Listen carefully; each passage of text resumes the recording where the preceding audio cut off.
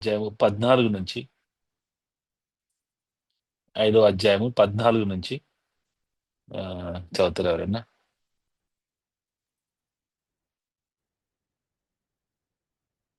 మీరు బ్రతుకున్నట్లు కీడు విడిచి మేలు వెతుకుడి. అలాగ చేసిన ఎడల మీరు అనుకున్న చొప్పున దేవుడును సైన్యములకు అధిపతి యెహోవా మీకు తోడుగా ఉండును. కీడును ద్వేషించి మేలును ప్రేమించుచు గుమ్మములలో న్యాయము స్థిరపరచుడి. ఒకవేళ దేవుడును సైన్యములకు అధిపతి యెహోవా యోసేపు సంతతిలో శేషించిన వారి యందు కనికరించింది. దేవుడును సైన్యములకు అధిపతి అయిన ప్రభువగు యెహోవా సెలవిచ్చినదేమనగా, నేను మీ మధ్య సంచరించబోచున్నాను గనుక రాజమార్గములన్నిటిలో అంగలార్పు వినబడును, వీధులన్నిటిలో జనులు కూడి అయ్యో శ్రమ అందురు. అంగలార్చుటకు వారు సేద్యగాండ్రను పెడుతురు, రోదనము చేయవు నేర్పు గల వారిని అంగలార్చుటకు పిలిపింతురు. ద్రాక్ష తోటలన్నిటిలో రోదనము వినబడును. యెహోవా దినము రావాలని ఆశ పెట్టుకుని ఉన్న వారులారా, మీకు శ్రమ. యెహోవా దినము వచ్చుట వలన మీకు ప్రయోజనమేమి? అది వెలుగు కాదు, అంధకారం. ఒకడు సింహమునొద్ద నుండి తప్పించుకొనగా ఎలుగుబంటి ఎదురైనట్లు వాడు ఇంటిలోనికి పోయి గోడ మీద చేయి వేయగా పాము వాడిని కరిచినట్టు ఆ దినముండును. యెహోవా దినము నిజముగా వెలుగై ఉండదు కదా. వెలుగు ఏమాత్రము ఓకే సార్. 20th verse. వెలుగు ఏమాత్రమును లేక అది కారు చీకటిగా ఉండదా? Thank you. So last time మనం చూసినట్టుగానే ఇది ఆమోస్ గ్రంథం. ఈ రోజు మనము 5వ అధ్యాయము 14 నుంచి 20 వరకు మనం చూడబోతాను. టైం ఉంటే మనకి రిమైనింగ్ చాప్టర్ కూడా మనం క్లోజ్ చేసుకుందాం. సో 5వ అధ్యాయంలో మీకు లాస్ట్ టైం మనము స్టార్ట్ చేసినట్టుగానే 5వ అధ్యాయంలో ఇక్కడ బేతెల్, బేర్షబా, గిల్గాల్ ఈ 3 ప్రాంతాల గురించి దేవుడు ఇక్కడ మాట్లాడుతున్నట్టుగా మనం చూస్తున్నాం. 5వ అధ్యాయంలో 5వ వచనంలో మనం చూస్తే 5వ అధ్యాయం 4వ వచనంలో, seek me and live, do not seek Bethel, do not go to Gilgal, do not journey to Beersheba. For Gilgal will surely go into exile, and Bethel will be reduced to nothing. Seek the Lord and live, or he will sweep through the house of Joseph like fire. It will devour, and Bethel will have no one to quench it. So 5-6 వచనాల్లో మనం చూసినట్టు ఇక్కడ ప్రభు చెప్తున్న మాట ఏంటిదంటే, seek me and live, మీరు నన్ను ఆశ్రయించుడి, బేతెల్ను ఆశ్రయించుకుడి, గిల్గాల్ను ఆశ్రయించుకుడి, బేర్షెబను ఆశ్రయించుకుడి. నన్ను ఆశ్రయిస్తే మీరు జీవిస్తారు. బేతెల్, గిల్గాల్, బేర్షెబను ఆశ్రయిస్తే మాత్రం నిశ్చయంగా మీరు తుడిచిపెట్టుకుపోతారని ప్రభు చాలా స్పష్టంగా చెప్పాడు. కాబట్టి లాస్ట్ టైం మనం 5వ అధ్యాయం మొదలు పెట్టినప్పుడు ఇక్కడ బేతేల్ అంటే ఏంటి, గిల్గాల్ అంటే ఏంటిది, బేర్షబా అంటే ఏంటిదో మనం చాలా స్పష్టంగా చూడగలటానికి ప్రభు మనకి సహాయం చేశాడు. బేతెల్ అన్నప్పుడు ఆ యొక్క ప్రాంతము యాకోబుకు సంబంధించిన విషయంగా మనం చూస్తున్నాం. యాకోబు he came with a person without any future. ఒక ఒక ఒక చాలా భయంకరమైనటువంటి గతంతో వచ్చాడు. కానీ దేవుడు బేతేల్ ప్రాంతంలో తనకు ప్రత్యక్షమై తన జీవితాన్ని మారుస్తానని తనకి మంచి ప్రామిస్ ఇచ్చాడు. తర్వాత రెండోసారి వచ్చినప్పుడు తన జీవితాన్ని దేవుడు మార్చి తన మంచి భవిష్యత్తు అనుగ్రహించినట్టుగా మనం చూస్తాం. సో బేతెల్ అనేది దేనికి సూచించింది అన్నప్పుడు, Bethel talks about a God who can change life giving and transforming power of the Lord. So అటువంటి దేవుడిని కనుక మనం ఆశ్రయిస్తే ఆ దేవుడు మన జీవితాలు మనకి జీవం ఇయటం మాత్రమే కాకుండా మన జీవితాన్ని మార్చే దేవుడుగా యేసుక్రీస్తు ప్రభు వారు మనకు కనపడతా ఉన్నారు. So that is a God of Bethel. అయితే వీళ్ళు ఏం చేశారంట అంటే, బేతెల్ని ఆశ్రయిస్తున్నారు, ఒక ఒక స్ట్రైన్ లాగా కట్టుకున్నారు, ఒక టెంపుల్ లాగా కట్టుకున్నారు. కానీ బేతెల్లో ఎవరి ఇయర్ ఎంజాయ్ చేస్తున్నారు, కానీ దేవుడు మర్చిపోతా ఉన్నారు. ఎలాగున్నారో అలాగే ఉంటున్నారు తప్ప ఏమాత్రం మార్పు లేని వారుగా జీవిస్తున్నారు. యాకోబు అయితే ఏ విధంగా వచ్చాడు, కానీ ప్రభుని తెలుసుకున్న తర్వాత డిఫరెంట్ గా బయలుదేరి వెళ్ళిపోయాడు. తర్వాత తన జీవితాన్ని కూడా ప్రభు మార్చివేసి ఇజ్రాయెల్ గా మార్చినటువంటి దేవుడు. కాబట్టి Bethel always talks about transformation. So అటువంటి దేవుడు మనం కలుసుకున్నప్పుడు మన జీవితాల్లో ప్రతిరోజు కూడా transformation is what God is expecting from us.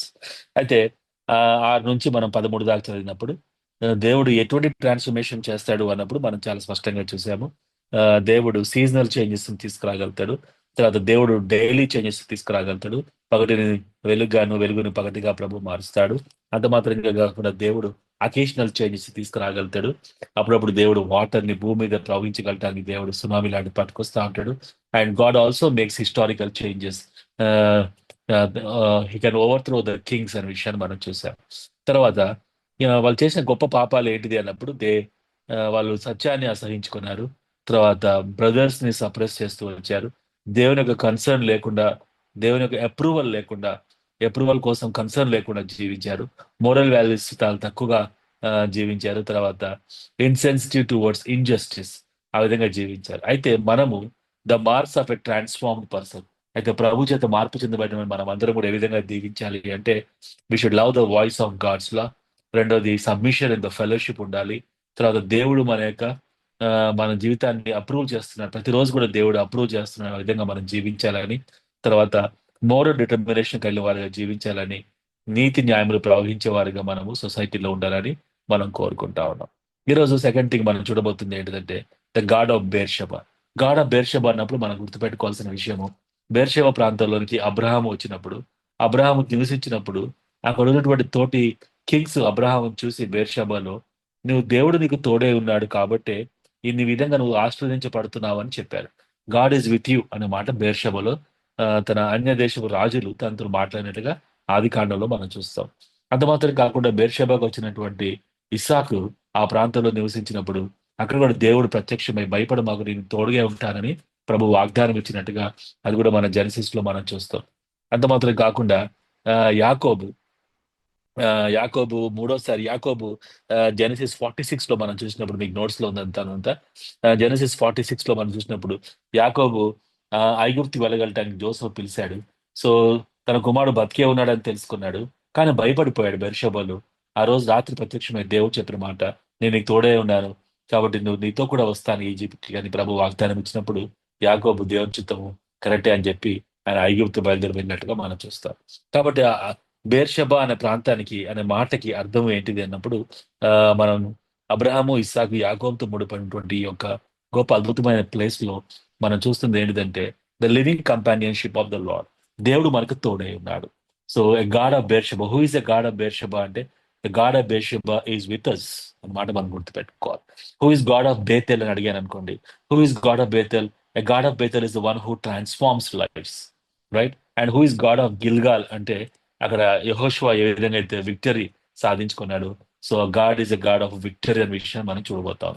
So ఈ రోజు మనం చూస్తున్నటువంటి లేఖన భాగాలు God of Beersheba, living companionship of the Lord. దేవుడు మనతో పాటు ఉంటాడనే విషయాన్ని మనం గుర్తుపెట్టుకుంటున్నాం. 14-20 వర్సెస్. దీన్ని మనం మూడు డివైడ్ చేసుకోబోతున్నాం. 3 సబ్జెక్ట్స్ కింద 3 సబ్ డివిజన్స్ ఇక్కడ. దానిలో ఫస్ట్ సబ్ డివిజన్ ఏంటిది అంటే the Majestic entitlement. Majestic entitlement అన్నప్పుడు దాని అర్థం ఏంటిదంటే దేవుని యొక్క టైటిల్స్ ఏ విధంగా దేవుణ్ణి ఈ యొక్క వచనాల్లో దేవుణ్ణి 14, 15, 16, 17, 18, 19, 20 వచనాల్లో దేవుని గురించి ఏం చెప్పబడింది అన్నమాట మనం చూస్తున్నాం. మెజెస్టిక్ ఎంటైటిల్మెంట్ కింద మనం చూడబోతాం. తర్వాత ప్రభు ఇచ్చే మెసేజ్ ఏంటిది మళ్ళీ 16, 17, 19, 20 వచనాల్లో మెజెస్టిక్ మెసేజ్ ప్రభు ఏమి ఇవ్వబోతున్నాడు అనే విషయాన్ని మనం చూస్తున్నాం. తర్వాత మెజెస్టిక్ మోరల్ కమిట్మెంట్స్ మనం ఏం చేసుకోవాలి, కమిట్మెంట్స్ దేవుడు మనకు తోడై ఉన్నాడని మనం నమ్మినప్పుడు మన కమిట్మెంట్స్ ఏ విధంగా ఉండాలి మళ్ళీ 13, 14, 15, 16, 20 వచనాల్లో మనకి మన కమిట్మెంట్స్ ఏంటిదనే విషయాన్ని మనం ఈరోజు స్పష్టంగా చూడబోతా ఉన్నాం. Okay, so this is the order that you are going to follow, right? So దీంట్లో మెజెస్టిక్ ఎంటైటిల్మెంట్ లో 14 నుంచి మనం చూద్దాం జాగ్రత్తగా. ప్రభు ఏ విధంగా ఉండబోతున్నాడు అనే విషయాన్ని మనం ఇక్కడ చూడబోతా ఉన్నాం 14 నుంచి. నేను చదువుతాను వినండి. Seek good not evil that you may live, then the Lord God Almighty will be with you వచ్చింది మాట, రైట్? సో ఇక్కడ మనం అన్ని వచనాలు కూడా దయచేసి దేవుడి గురించి ఏం చెప్పబడింది అనే విషయాన్ని మనం ఫస్ట్ ఆఫ్ ఆల్ మనం చూద్దాం. 5:14లో మనం చూస్తున్నాం. మీరు బ్రతుకున్నట్లు కీడు విడిచి మేలు వెతుకుడి, అలాగూ చేసిన యెడల మీరు అనుకొని చొప్పున దేవుడును సైన్యములకు అధిపత్యకు యెహోవా మీకు తోడుగా ఉండును. సో దేవుడికి ఇచ్చినటువంటి అక్కడ టైటిల్మెంట్ ఏంటిదంటే the Lord God Almighty is with us. ఆయన మనతో కూడా ఉంటాడనే విషయాన్ని మనం చూస్తున్నాం. So the Lord God Almighty is with us, right? Number 1. రెండోది 15 వచనంలో మనం చూద్దాం. కీడును ద్వేషించి మేలును ప్రేమించుచు గుమ్మములో న్యాయం సిద్ధపరచుడి. ఒకవేళ దేవుడును సైన్యములకు అధిపతికు యెహోవా యోసేపు సంతతిలో శేషించిన వారి యందు కనికరించును. సో మరొకసారి ఇచ్చిన దేవుని పదం ఏంటిదంటే God Lord Almighty is merciful, right? ఒకవేళ దేవుడును సైన్యములకు అధిపతికు యెహోవా మీకు కనికరము చూపించును. So God Lord Almighty is merciful అని మాత్రం మనం 17b లో మనం చూస్తాం. 16 లో చూడండి. దేవుడును సైన్యములకు అధిపతికు ప్రభువుకు యెహోవా సెలవిచ్చినది ఏమనగా, రైట్? నేను మీ మధ్య సంచరింపవచ్చున్న కనుక రాజ్య మార్గం అంటిలోనూ అంగలార్పు వినబడు. సరే, ఆ తర్వాత మనం చూద్దాం. సెలవిచ్చినది ఏమనగా అను. కాబట్టి మళ్ళీ లార్డ్ అల్మైటీ ఏం చేస్తున్నాడంట అంటే he is the one who speaks. ఆయన మాట్లాడే దేవుడిగా మనం చూస్తున్నాం. 17 వచనం చూడండి. ద్రాక్ష తోటలంటిలోనూ రోదం వినబడును. రైట్. యెహోవా దినము రావాలని ఆశ పెట్టుకుని వారులారా, మీకు శ్రమ. యెహోవా దినం వచ్చటం వల్ల మీకు ప్రయోజనం ఏమి? అది వెలుగు కాదు, అంధకారం. తర్వాత ఆ 17 లో ఇక్కడ 17 ఉంది కదా. 17 నేను ఇంగ్లీష్ లో అవుతా. 17 ఎక్కడ ఉందో మరి ఆ మాట. ఓకే. సో 17 లో there for this is what the Lord God Almighty says, there will be wailing in all the streets. 70 చూడండి. There will be wailing in all the vineyards for a pass through you midst says the Lord. So the Lord God Almighty passes through us silently. ఆయన చాలా కాముగా మన మధ్యలోంచి వెళ్తున్నాడు. ఎంతో రోదన వినపడుతున్నా కూడా దేవుడు మాట్లాడకుండా సైలెంట్ గా వెళ్తున్నట్టుగా మనం ఇక్కడ చూస్తాము. 18 వచనం మనం చూసినప్పుడు the Lord God Almighty pronounces it judgement. 18, 19, 20 వచనాలు ప్రభు ఏం చేస్తున్నాడంట అంటే యెహోవా దినము రావాలని, రైట్, రావాలనని ఇక్కడ యెహోవా దినము రావాలని ఆశ పెట్టుకుని వాళ్ళారా, మీకు శ్రమ. ఇవన్నీ మనం ఒక సింహం నొద్దు నుండి తప్పించుకునగా ఎలుగుబంటి ఎదురైనట్టు వాడు ఇంటిలోంచి పోగా గోడ మీద చేయి వేయగా పాము వాడిని కరిచినట్టు ఆ దినం ఉండును. యెహోవా దినము నిజముగా వెలుగే ఉండదు కాదా? వెలుగు ఏమాత్రం లేక అది కారు చీకటిగా ఉండదా? సో ఎంత మనం చూస్తా ఉంటే the Lord God Almighty pronounces it judgements. కాబట్టి 14, 15, 16, 17, 18, 19, 20 వచనాల్లో దేవుని గురించి చెప్పబడిన విషయాలు, గొప్ప విషయాలు ఏంటిది అంటే 14 వచనంలో is called as God Lord Almighty is with us. ఆయన మనతో ఉన్నాడు. రెండోది హీఈస్ మెర్సిఫుల్. ఆయన దయగలిగే దేవుడు. మూడోది ఆయన మాట్లాడే దేవుడు. నాలుగోది కొన్ని సందర్భాల్లో దేవుడు సైలెంట్ గా మన మధ్యలో వెళ్తా ఉన్నాడు. ఎంతో రోదన జరుగుతున్నప్పుడు కూడా దేవుడు సైలెంట్ గా వెళ్తున్నట్టుగా మనం చూస్తున్నాం. ఐదోది మనం చూసినప్పుడు ఆయన తన ప్రజల మీదకి జడ్జిమెంట్ తీసుకురాగలటానికి కూడా ఆయన ఇష్టపడుతున్నట్టుగా మనం ఇక్కడ చూస్తాం. ఈ 5 మాటలు మనం ఎందుకు దేవుడి గురించి ఆ విధంగా కఠినంగా చెప్పబడింది ఇక్కడ అని మనం చూసినప్పుడు, బేర్షెబా దేవుడు నీకు తోడుగా ఉంటానని ప్రభు వాగ్దానం ఇచ్చాడు. కానీ ఇజ్రాయెల్ వాళ్ళు ఎంత భయంకరంగా జీవిస్తున్నారంటే మనం ఇంట్రడక్షన్ లో చూసాం, తర్వాత మిగతా చాప్టర్స్ లో మనం చూసాం. ఎంతో భయంకరమైన పాప జీవితం జీవిస్తా ఉన్నారు. సెల్ఫ్ రైచియస్ గా ఉన్నారు. తర్వాత సెల్ఫ్ ఇంటెలిజెన్సీ ఉంది. సెక్సువల్ పీపుల్ గా, సెక్స్ ని బాగా ఆనందించే వారిగా చాలా భయంకరమైన జీవితాలు జీవించినట్టుగా మనం చూస్తున్నాం. ఎఫ్లుయెన్స్ ఉంది. తర్వాత భయంకరమైనటువంటి అప్రెషన్ లోకి ప్రజలను తీసుకెళ్తున్నట్టుగా మనం చూస్తున్నాం. తర్వాత చాలా విషయాలు మనం సొసైటీ ఏ విధంగా ఉంది, చర్చ్ ఏ విధంగా ఉంది, ప్రజలు ఏ విధంగా ఉందనే విషయాలు మనము ఇంట్రడక్షన్ లో మనం చూసాం. అయితే ఇంత భయంకరంగా జీవిస్తున్న వాళ్ళ మధ్యలో దేవుడు ఉన్నప్పుడు కూడా వారు దేవుని విడిచిపెట్టి దేవునికి వ్యతిరేకంగా వెళ్తున్నారు కాబట్టి వాళ్ళ మీద శిక్ష దేవుడు తీసుకురాబోతున్నాడని దేవుడు చాలా స్పష్టంగా తెలియజేస్తా ఉన్నాడు. అండ్ దేవుడు చెప్పినట్టుగానే ఆమోస్ తర్వాత ఇద్దరు హోషియా, ఆమోస్ ఇద్దరు కూడా సమకాలికులు. ఆమోస్ ఎంతో స్ట్రైట్ గా మాట్లాడుతూ వచ్చాడు. హోషియానేమో ఎమోషనల్ గా మాట్లాడాడు. హోషియానేమో ఆ, తన మైండ్ కి, సారీ, హార్ట్ కి అప్పీల్ చేస్తే మన ఆమోస్ ఏమో మైండ్ కి అప్పీల్ చేస్తూ వచ్చాడు. ఇద్దరు కూడా ఇజ్రాయెల్ దేశానికి ఎక్స్క్లూసివ్ గా మాట్లాడినటువంటి ప్రవక్తలుగా మనం చూస్తూ ఉంటాం. కానీ వాళ్ళ మాటలు వీళ్ళు ఏమాత్రం వీల్లేదు. వినకుండా చివరికి 722 BC, గుర్తుపెట్టుకోవాలి ఆ డేట్, 722 BC. అప్పుడు దేవుడు అసీరియన్లను పంపించి ఈ దేశాన్ని సర్వనాశనం చేసి ఇజ్రాయెల్ దేశాన్ని మ్యాప్ లో లేకుండా ప్రభు చేశాడు. కాబట్టి ఏ దేవుడు అయినా అంటే మనతో ఉంటానని వాగ్దానం చేసిన దేవుడు, అబ్రహాంతో ఉంటానని వాగ్దానం చేసిన దేవుడు, అబ్రహాంతో ప్రభు ఉన్నాడు అని చెప్పి అన్య దేశపు రాజులు గుర్తించారు. ఇసాక్తో దేవుడు ప్రత్యక్షమై నీకు తోడే ఉన్నానని చెప్పి బేర్షెబా దగ్గర దేవుడు తనకి వాగ్దానం ఇచ్చాడు. యాకోబుకి దేవుడు భయపడ మాకు ఐగుప్తు పోగలటానికి నీ కుమారుడిగా బతికే ఉన్నాడు, కాబట్టి నువ్వు వెళ్ళు, నీతో పాటు నేను వస్తాను అన్నప్పుడు యాకోబు ధైర్యం తెచ్చుకుని ఐగుప్తుకు వచ్చినట్టుగా చూస్తున్నాం. అటువంటి దేవుడు, మనతో పాటు ఉన్న వాగ్దానం ఇచ్చినటువంటి దేవుడు, the God of Beersheba who said I will be with you. అటువంటి దేవుడు చెప్తున్న మాట ఏంటంటే నేను మీ మధ్యలో ఉంటాను కానీ సైలెంట్ గా ఉంటాను, ఎందుకంటే I going to punish you. దేవుడు మన మధ్యలో నుండి సైలెంట్ గా ఉండి, రైట్, మనల్ని పనిష్ చేస్తున్నాడంటే ఎంత భయంకరంగా దేశం అంతా కూడా పాడైపోయింది అనే విషయాన్ని మనం చూస్తా ఉన్నాం. So that is the great God గురించి మనము ఈ దినాన మనం చూస్తున్నాం. మ్యాజెస్టిక్ మెసేజ్ ఏంటిది, ప్రభు ఇచ్చే మెసేజ్ ఏంటిది అంటే మళ్ళీ మనం చూడాలి.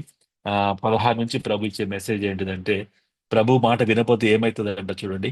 దేవుడైన సైన్యము ప్రభు ఒక యెహోవా సెలవిచ్చినది ఏమనగా, నేను మీ మధ్య 16 నేను మీ మధ్య సంచరింపబోచుతాను కనుక రాజ్య మార్గం అన్నిటిలోనూ అంగలార్పు వినబడును. వెయిలింగ్ ఎవ్రీవేర్, ఎక్కడ చూసినా కూడా రాజమార్గములు అంతట్లో కూడా అంగలార్పు వినపడతా ఉంటది.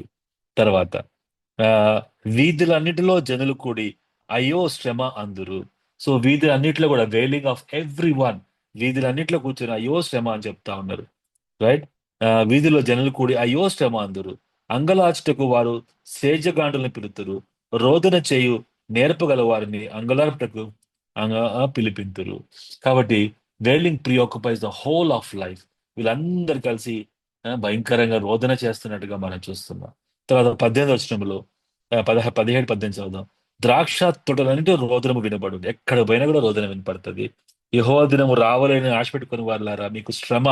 రైట్. ఎవడు తప్పించుకోరు. ఒకడు తప్పించుకొని పోయినా కూడా, ఒకడు సింహం నది నుండి తప్పించుకుని ఎలుగుబంటి ఎదురైనట్టు వాడి ఇంటిలోనికి పోయి గోడ మీద చేయి వేయగా పాము వాడిని కలిచినట్టు ఆ దినం ఉండును. కాబట్టి వెయిలింగ్ ప్రాజెక్ట్స్ నో ఎస్కేప్. అక్కడ తప్పించుకోవటానికి ఏమాత్రం కూడా అవకాశం లేకుండా ఉంటుంది అనే విషయాన్ని మనం చూస్తున్నాం.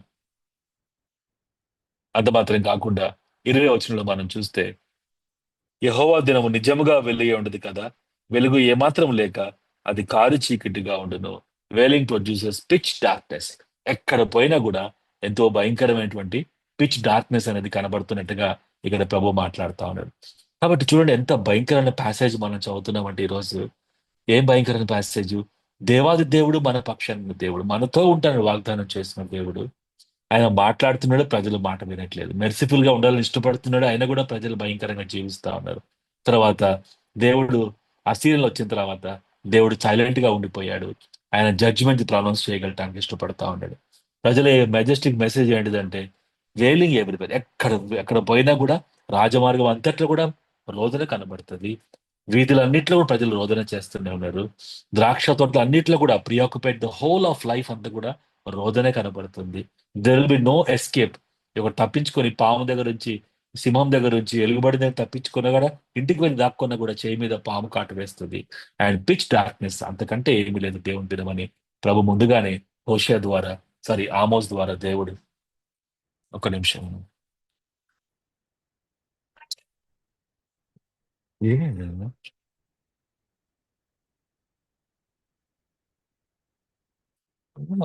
సౌండ్ వస్తుంది. చూడు ఒకసారి. See?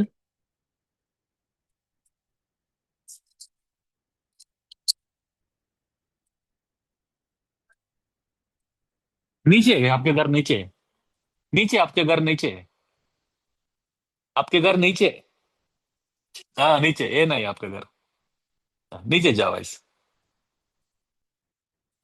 Okay. No, sorry. Okay.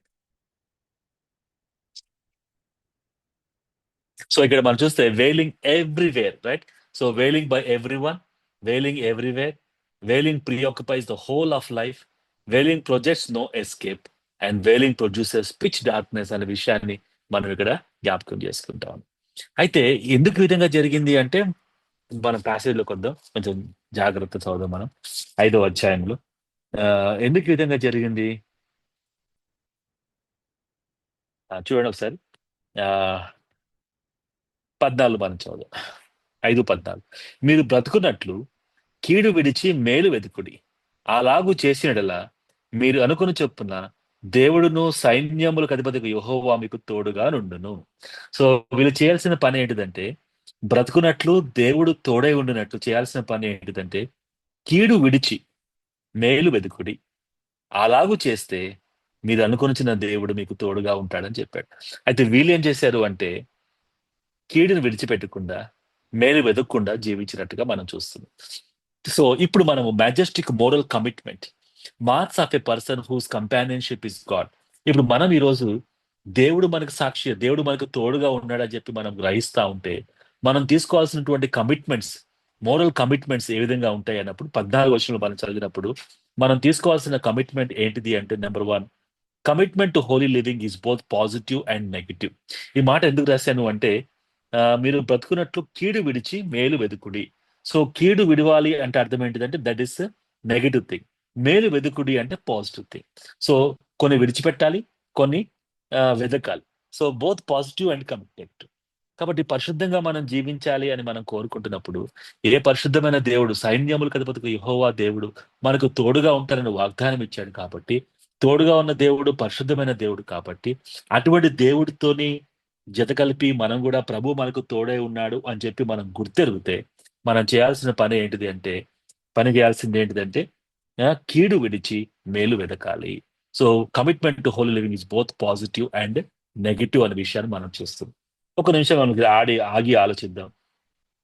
కీడు విడిచి మేలు వెతకాలి అంటే ఏం చేయాలి? కొన్ని విడిచిపెట్టాలి, కొన్ని వెతకాలి. విడిచిపెట్టాలి, వెదకాలి. ఏం విడిచిపెట్టాలి? చాలా ఉంటాయి మన జీవితంలో విడిచిపెట్టాలి విషయాలు. ఇప్పుడు ప్రభు నాకు తోడై ఉన్నాడని నేను నమ్మాననుకోండి. Yes, definitely I strongly believe that God is with me. కాబట్టి దేవుడు నాకు తోడుగా ఉన్నాడు కాబట్టి కొన్ని నేను విడిచిపెట్టాలి. అండ్ కొన్ని నేను గట్టిగా వెంటాడాలి. కొన్ని ఆ విషయాలు మనం ఆలోచిస్తా ఉంటే మనకి చాలా గుర్తుకొస్తా ఉంటాయి. ఫర్ ఎగ్జాంపుల్ నేను ఒక మాట మీకు చదివి వినిపిస్తాను. మీ దగ్గర బైబిల్ ఉంటే సెకండ్ తిమోతి ఎవరైనా చదువుతారండి? సెకండ్ తిమోతి సెకండ్ తిమోతి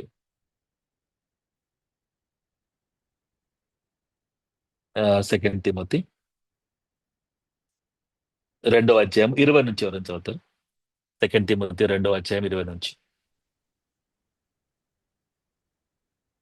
గొప్ప ఇంటిలో వెండి సెక్- పాత్రలు ఉమ్, వెండి పాత్రలను బంగారు పాత్రలు మాత్రమే కాక ఉమ్, కర్రవియు మంటివియు కూడా ఉండును. వాటిలో కొన్ని ఘనతకు ఉమ్, కొన్ని ఘనహీనతకు వినియోగింపబడును. ఎవడైనను ఉమ్. వీటిలో చేరక తను తాను పవిత్రపరచుకుని ఎడల వాడు పరిశుద్ధపరచబడి యజమానుడు వాడుకొనుటకు అర్హమై ప్రతి సత్కార్యమునకు సిద్ధపరచబడి ఘనత నిమిత్తమైన పాత్రయే ఉండును.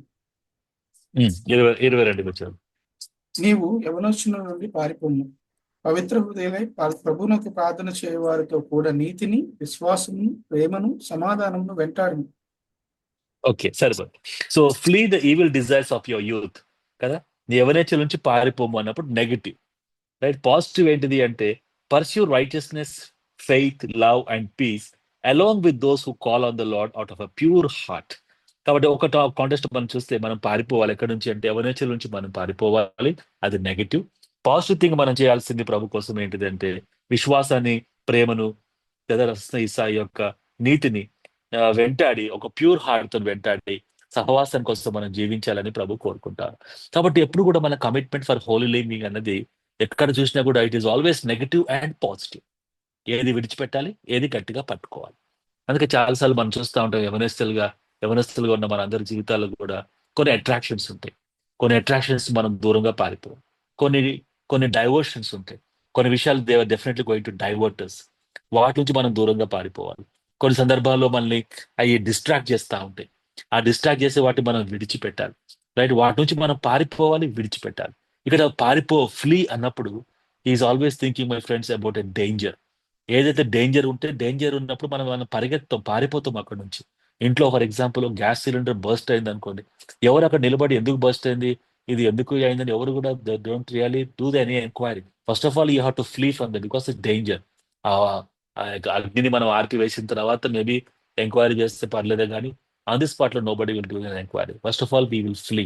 కాబట్టి డేంజర్స్ ఎక్కడ ఉన్నాయి అనేది మనందరికి బాగా తెలుసు.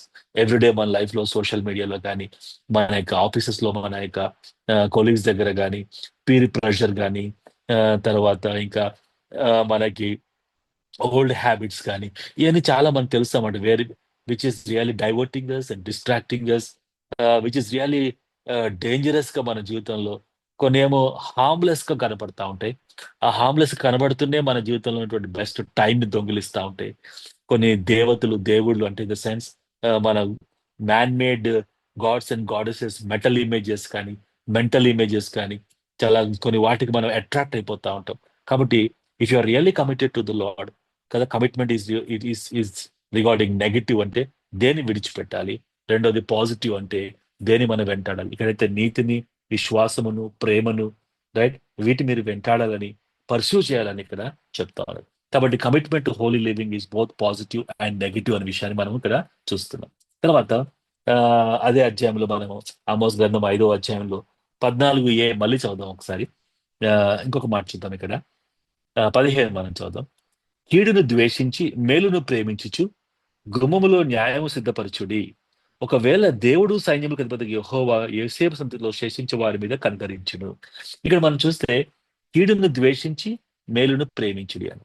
అందుకే మనం ఏం రాసుకున్నామంటే commitment to holy living is both in actions and emotions అని రాసుకున్నాం. ఎందుకు రాసుకున్నాం ఇక్కడ యాక్షన్స్ అండ్ ఎమోషన్స్ అని అంటే, ఈ వచనంలో మీరు చూడండి, కీడును ద్వేషించి మేలును ప్రేమించి.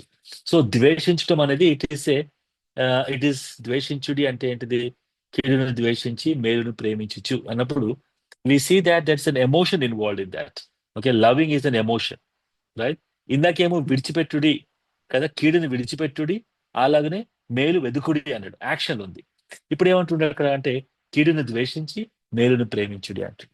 కాబట్టి commitment to holy living is both in actions and in emotions. Actions లో 14 వచనంలో యాక్షన్స్, 15 వచనంలో ఎమోషన్స్. కాబట్టి commitment to holy living is both in actions and emotions అనే విషయాన్ని మనము గుర్తుపెట్టుకోవాలి. ఎందుకంటే చాలా సందర్భాలు మనకి ఎమోషన్ లెవెల్లోనే కొన్ని ఫెయిల్ అయిపోతా ఉంటాం, రైట్?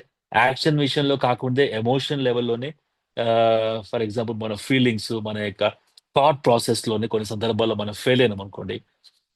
మైండ్ లో ఫెయిల్ అయినామంటే యాక్షన్ లో ఈజీగా ఫెయిల్ అయిపోతాం.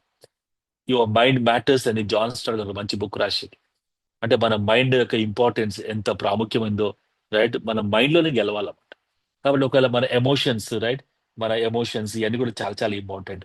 కాబట్టి యాక్షన్ లో రూపం రాకముందే అది మన ఎమోషన్స్ లో, మన మైండ్ లో ఉంటుంది. కాబట్టి commitment to holy living is both in actions and emotions. ఇక్కడ మీకు కమిట్మెంట్ కమిట్మెంట్ అనే పదం ఎందుకు వాడుతున్నాను, హోలీ లివింగ్ అని ఎందుకు వాడుతున్నానంటే 15వ వచనంలో దేవుడు ఇంకో మాట చెప్పాడు చూడండి. ఒకవేళ దేవుడును సైన్యములకు అధిపతికి యెహోవా యోసేపు సంతతిలో శేషించిన వారి ఎందుకు కనుకరించును అన్నాడు. ఇక్కడ యోసేపు మాట పట్టుకొచ్చింది.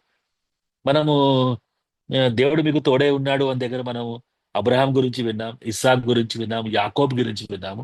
కానీ ఈ కాంటెక్స్ట్ లో దేవుడు జోసెఫ్ పేరు పట్టుకొచ్చింది.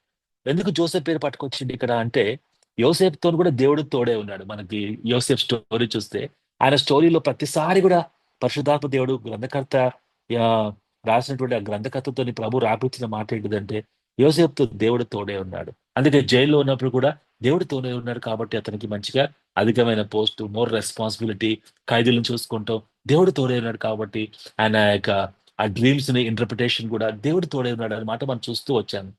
కాబట్టి దేవుడు అంటే ఎవరు దేవుడు తోడే ఉంటామంటే ద హోలీ గాడ్, సైన్యములకు అధిపతికు పరిశుద్ధమైనటువంటి దేవుడు యోసేపుకు తోడే ఉన్నాడు. కాబట్టి ఇప్పుడు ప్రభు ఏమంటుండంటే కనీసం యోసేపు సంతతి వారిని మీద దేవుడు కనికరం చూపిస్తాడు అని చెప్తున్నాడు.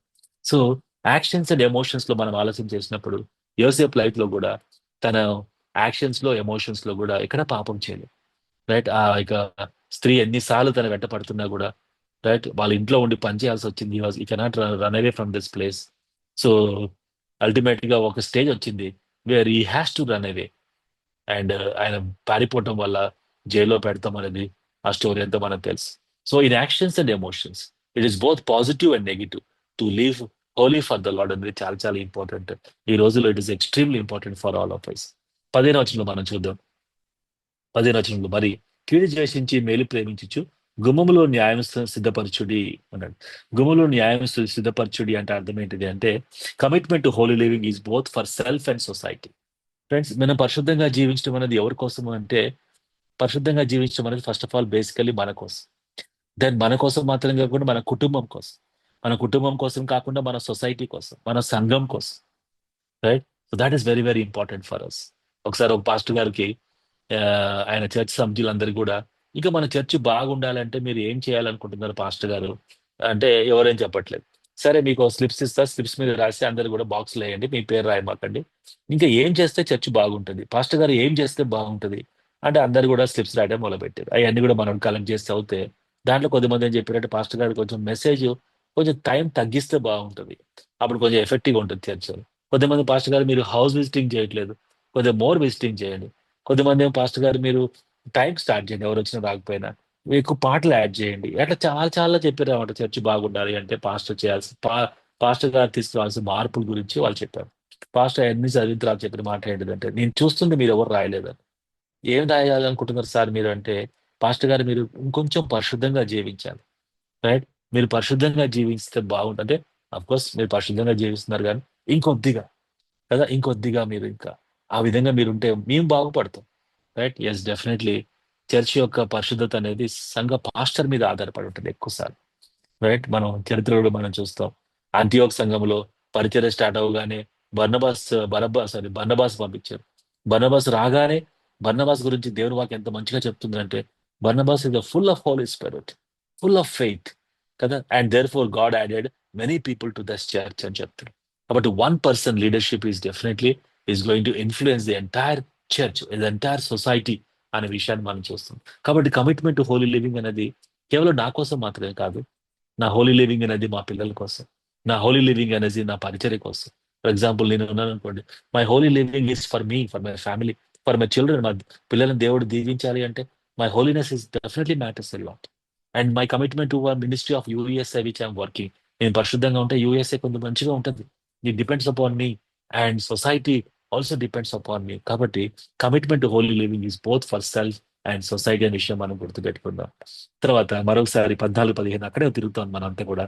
అక్కడ చూస్తే కమిట్మెంట్ ఫర్ హోలీ లివింగ్ దేనికోసం అంటే, యేసు సంతతి శేషించిన వారి యందు కనికరించును అని చెప్పాడు.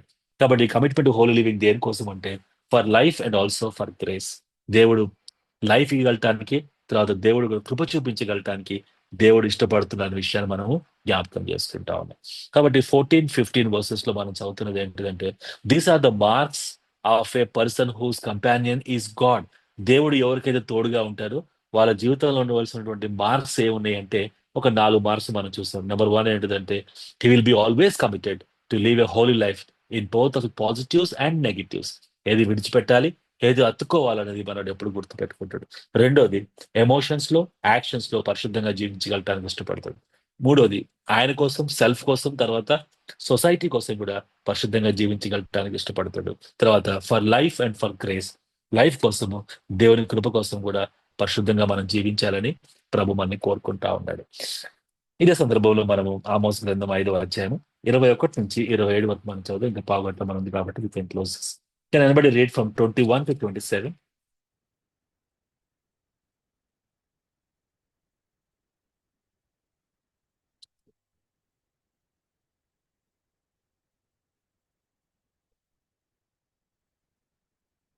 Yeah, 21 నుంచి.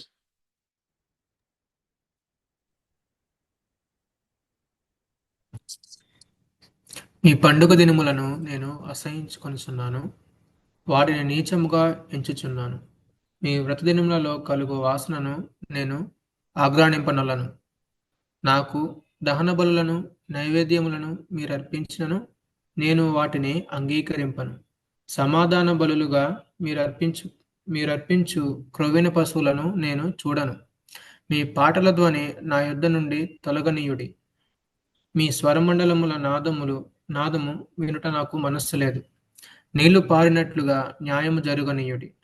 గొప్ప ప్రవాహము వలె నీతిని ప్రవహింపనీయుడి. ఇశ్రాయేలీయులారా, అరణ్యమందు 40 సంవత్సరములు మీరు బలులను, నైవేద్యములను నాకు అర్పించితిరా? మీరు మీ దేవత అయిన మెలేకు గుడారమును, మీరు పెట్టుకొనిన విగ్రహముల పీఠమును మీరు మోసుకొని వచ్చితిరి గదా. కాబట్టి నేను దమస్కు పట్టణము అవతలికి మిమ్మును చెరగొనిపోవదును అని యెహోవా సెలవిచ్చుచున్నాడు. ఆయన పేరు సైన్యములకు అధిపతియగు దేవుడు.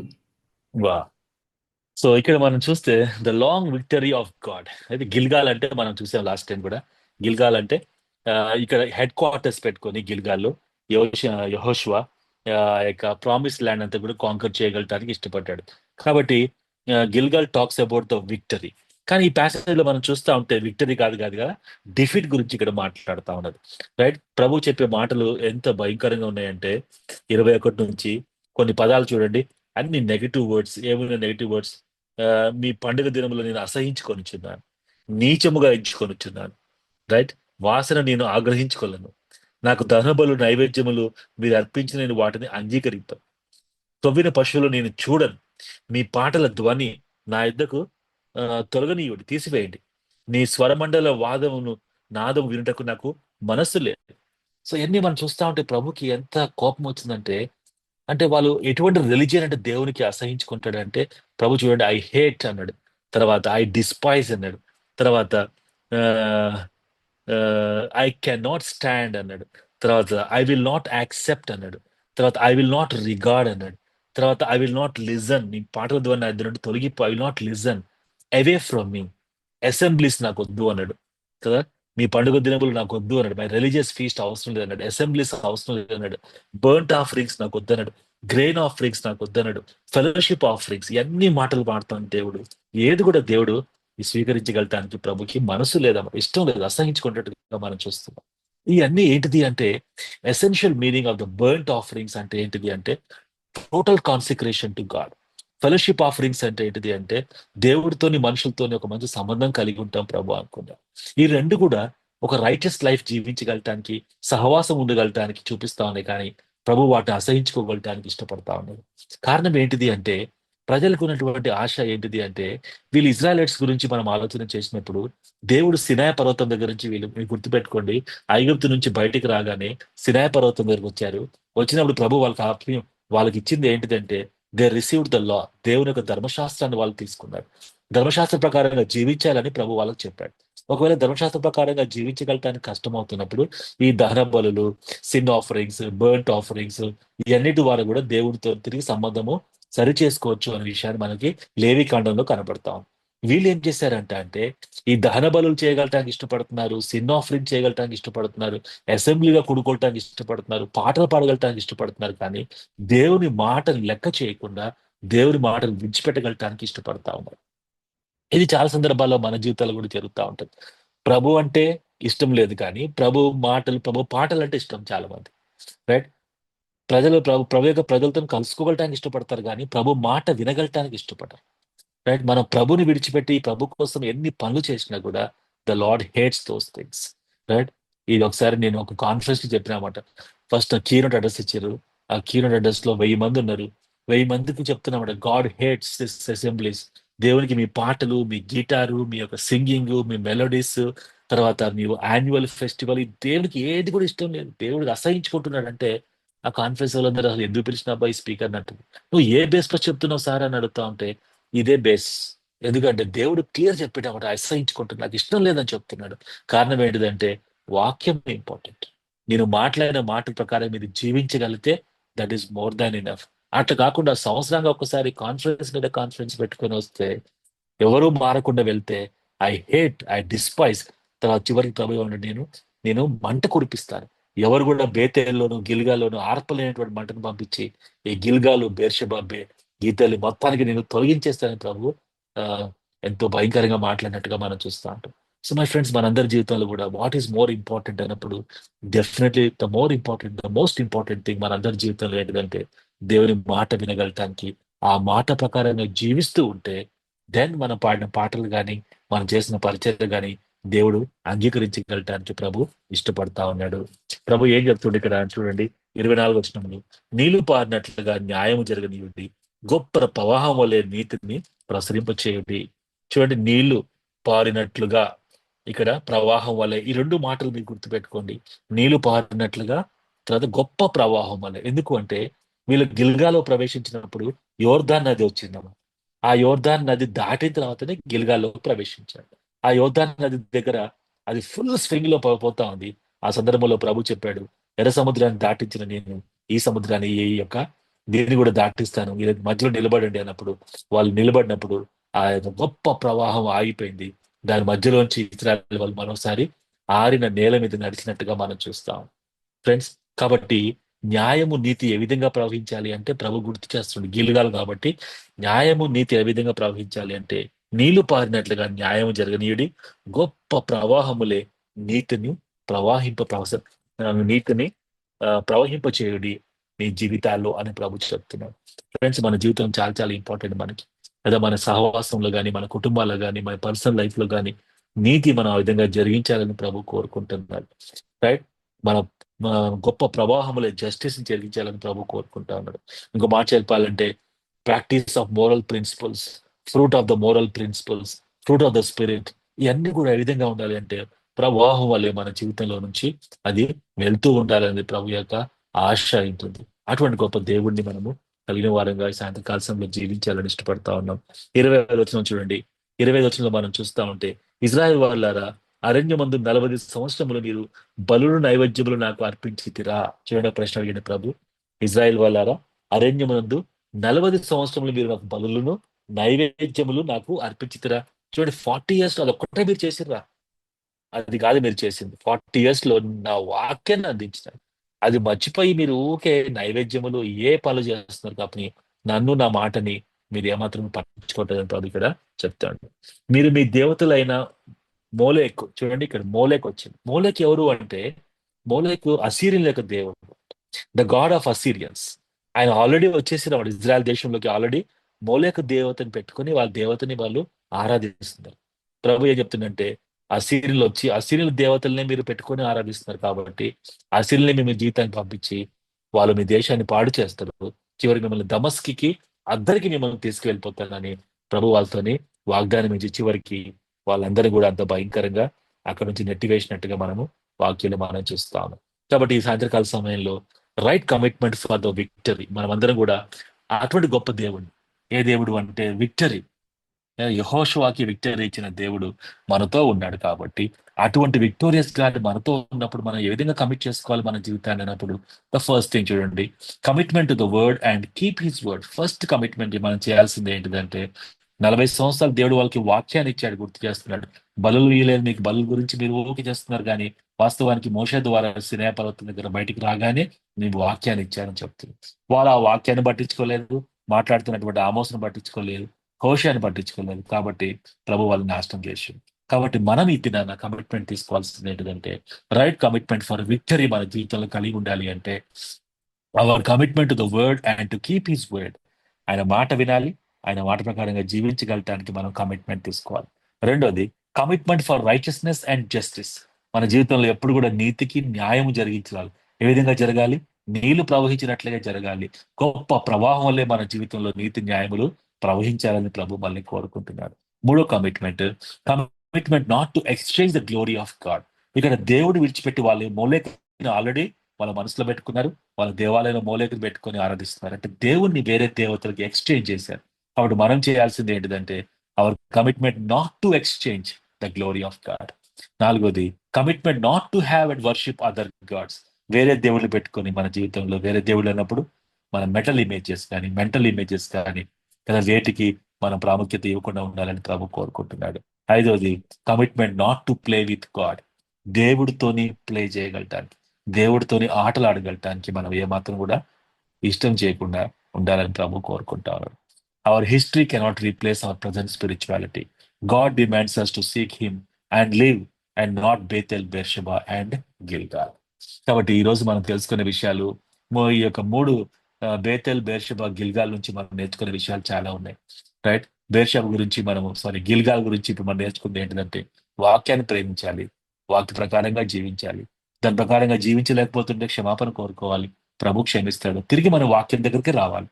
మళ్ళీ వాక్యం మనల్ని దేవుడు వాక్య ప్రకారంగా జీవించగలటానికి మనం తీర్మానం చేసుకోవాలి. అటువంటి వాక్యాన్ని ప్రేమించే బిడ్డలుగా మనం ఉండాలి ప్రభు కోరుకుంటాను. Then only we can say victory in our life. రెండోది, మన జీవితంలో నీతి న్యాయములు ప్రవహించాలని ప్రభు కోరుకుంటాను. ఒకసారి నేను సాయాక్స్ లో ఒక కాన్ఫరెన్స్ కి వెళ్ళినామంట. ఆ కాన్ఫరెన్స్ లో 2009 జరిగింది అనుకుంటా. ఆ కాన్ఫరెన్స్ లో స్పీకర్ అమెరికా చెప్తుండు, చాలా బాగా చెప్తుండు. ఆయన ఆ రోజు ఫస్ట్ అవర్ ఆయన ఒకటే మెసేజ్ ఇచ్చారు, I'm going to speak from the book of Amos అన్నాడు. నాకు చాలా సంతోషం వచ్చింది. ఆమోస్ బుక్ లో చదువుతుండే. ఎందుకంటే ఆమోస్ బుక్ నేను 2006 లో స్టార్ట్ చేసి చదవటం. ఇట్లనే నా నోట్స్, మీకు ఇచ్చిన నోట్స్ 2006 లో స్టార్ట్ చేసిన నోట్స్. దాన్ని ఒక బైబిల్ స్టడీ గా తీసుకొని నా నోట్స్ ని బిల్డ్ చేసుకొని ఒక 20 pages తయారు చేసుకొని తర్వాత సాయక్స్కి వెళ్ళినప్పుడు ఆ ప్లేస్ లో కూడా వాళ్ళ దగ్గర లైబ్రరీ ఉంటే లైబ్రరీలో కూర్చొని వేరే కామెంటరీ సైట్స్ చదువుకొని నా నోట్స్ ప్రిపేర్ చేసుకుంటా ఉన్నాను. ఒక రోజు ఆ స్పీకర్ ఆమోస్ నుంచి చెప్తున్నట్టు నాకు ఎంత సంతోషం ఇస్తుంది. అబ్బా, ఆమోస్ లో చెప్తున్నాడు కదా, ఏం చెప్తున్నాబ్బా ఆమోస్ లో, there's one important verse in the book of Amos అన్నాడు. అనగానే నాకు అర్థమైపోయింది ఆ వర్స్ అంటే బాగా నాకు పరిచయం అన్నమాట. 5వ అధ్యాయం 24, లేదా నీతి న్యాయములు ప్రవహింప చేయాలంది, దాట్స్ అ కీ వర్స్. ఆయన అదే పట్టుకొని దాని గురించి ఎక్స్ప్లెయిన్ చేసి చెప్పిన మాట ఏంటిదంటే, ఇది నీ జీవితంలో జరగాలి అని చెప్పాను. ఇన్ యువర్ లైఫ్ అనగానే పరిశుద్ధాత్మ దేవుడు నాకు ఇంకా బలపరిచింది. నీ జీవితంలో నీతి న్యాయములు జరగాలి. వెంటనే అందరు టీ బ్రేక్ వెళ్ళిపోయారు, నేను మాత్రం మళ్ళీ నా రూమ్ లో, మంచి 3 స్టార్ హోటల్ సాక్స్ లో, ఆ హోటల్లో పోయి నా రూమ్ లో పోయి బెడ్ పక్కన నీల్ డౌన్ చేసి, అవును ప్రభు, నా జీవితంలో నీళ్లు ప్రవాహం వల్లే, గొప్ప ప్రవాహం వల్లే నీతి న్యాయములు గొప్ప ప్రవాహం, నది వలె గొప్ప ప్రవాహం వలె నా జీవితంలో నీతి న్యాయములు ప్రవహించాలి ప్రభు అని మరోసారి I was recommitting myself to the Lord at the particular point of time.